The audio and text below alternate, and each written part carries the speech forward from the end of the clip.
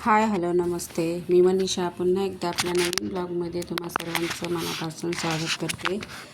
तर इकडे पावसाचं वातावरण झालं आहे. पाहू शकता खूप मस्त असं वातावरण झालं आहे. इकडे मुलं खेळत आहे, वेदू खेळते सायकल. आणि इकडून मी हे आमच्या घराच्या पुढचा भाग आहे.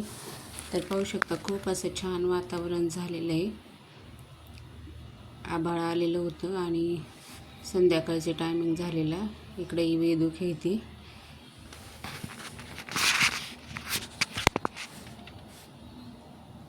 तर चला आता इकडे तुम्हाला मी झाडे पण दाखवते पुढं. खूप असं मस्त झाडं वगैरे तुळस आलेली. आणि इकडं मुली मच्छी धुत आहेत. आमच्या नंदनबाई आलेले आहेत, त्यांच्यासाठी आज मच्छी फ्राय आणि बिर्याणी बनवणार आहोत. तर चला आता तुम्हाला पुढं रेसिपी मी दाखवते. तिकडं आमची मांजर पहा खाट्याखाली कशी खेळते. आणि आता मी आवरते, तर व्हिडिओला स्किप न करता पहा. आता आई आलेले आहे इकडं.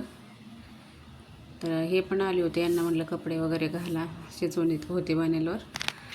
तर इकडं मी चिकन शिजायला टाकलेलं, हळद मीठ सगळं. आणि इकडं माशाला पण हळद मीठ लावून ठेवलेलं धुवून ते मुलींनी.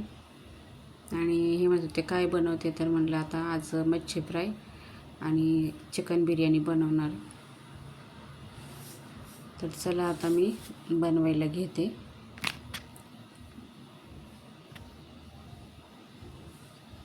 तर आता इकडे चिकन हलवून वगैरे घेणार आहे.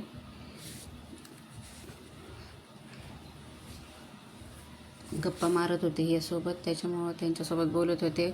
खूप कालवा होता, गोंधळ होता, त्यामुळं मी काय आवाज दाखवलेला नाही. आणि इकडं मी चिकन हलवून घेतलं. आता त्याच्यामध्ये पाणी वगैरे टाकून ते शिजायला टाकते. तोपर्यंत मी इकडे मच्छी फ्राय करून घेणार आहे. आणि चपात्या किती येते मोजत होते.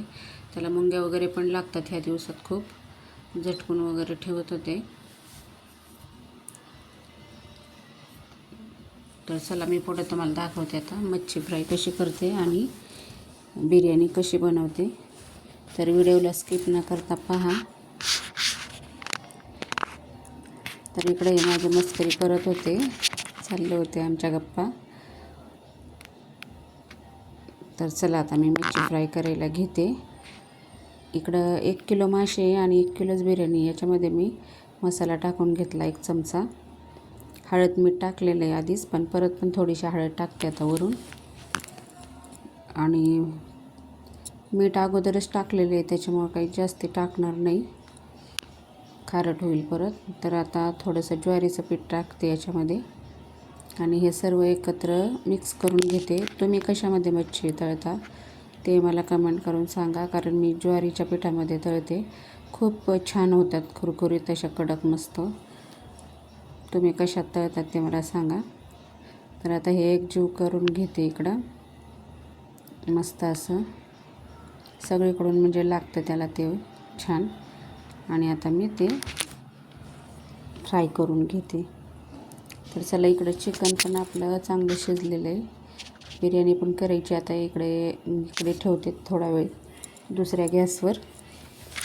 आणि आता पॅन वगैरे ठेवते तापायला. चला तर आता गॅस पेटवला, इकडे चिकन ठेवले आणि इकडे पॅन ठेवते. तेल वगैरे ओतून घेते. आता मच्छी फ्राय करून घेऊ. मच्छीला खूप सारं तेल लागतं, बिर्याणीला पण खूप तेल लागतं. आणि आमचं आठवड्यातून 1-2 वेळा तर मच्छी फ्राय आणि बिर्याणी होतच असते कायमच. तर चला तेल चांगलं कडकडून तापलं इकडे. आता मच्छी सोडून घेते. तर कोणाकोणाला मासे आवडतात, सर्वांनाच आवडत असतील, कारण सगळेच नॉनव्हेजचे प्रेमी आहेत आजकाल. कोण खात नाही असं नाहीच. तर चला आता इकडं मच्छी फ्राय करून घेते.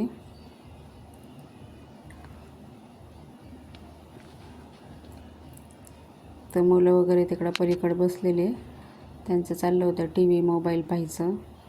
आणि इकडं मी आणि हे पकडत होते, यांनी पकडलेला कॅमेरा आणि मी इकडं जेवण बनवत होते. तर मच्छी फ्राय आणि बिर्याणी असली ना, साधा सोपा स्वयंपाक लवकर होतो, जास्त काही वेळ लागत नाही.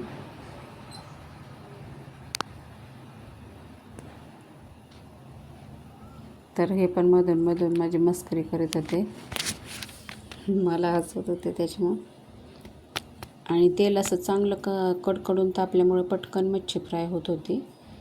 तर इकडे एक घाणा झालं आहे मच्छी फ्राय करून. आता एवढी राहिली होती, तर आता ते सर्व मी तळून घेते. तर इकडं सगळे मच्छी फ्राय करून झाली आणि तेच मच्छीचं उरलेलं तेल मी बिर्याणीसाठी वापरलं आणि त्याच्यामध्ये थोडंसं तेल ओतलं आणि ते तापायला ठेवलं. असं त्याच मच्छीच्या तेलामध्ये आणखीन चविष्ट होते. आणि इकडं अद्रक, हिरवी मिरची, लसूण बारीक पेस्ट केली होती आणि ती तेलामध्ये टाकली. साधी आणि सोपी बिर्याणी असते माझी, खायला पण खूप छान लागते.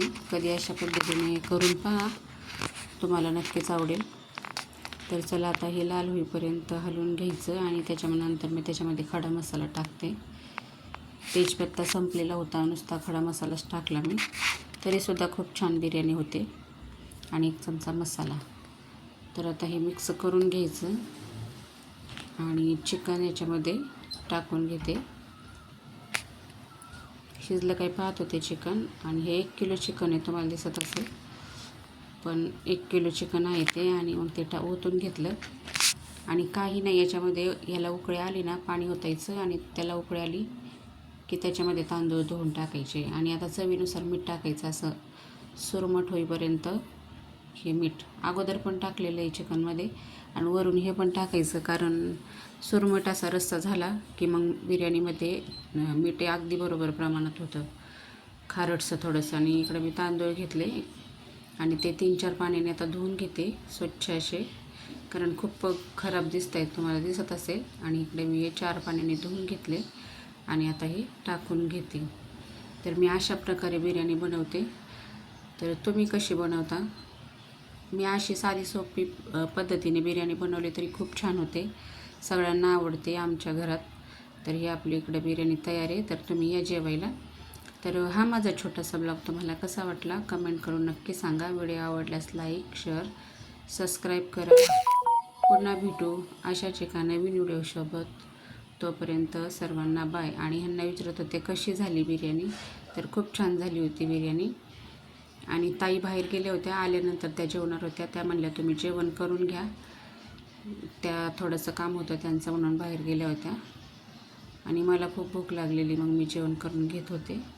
तर चला, हा माझा छोटासा ब्लॉग तुम्हाला कसा वाटला कमेंट करून नक्की सांगा. व्हिडिओ आवडल्यास लाईक, शेअर, सबस्क्राईब करा. सर्वांना बाय.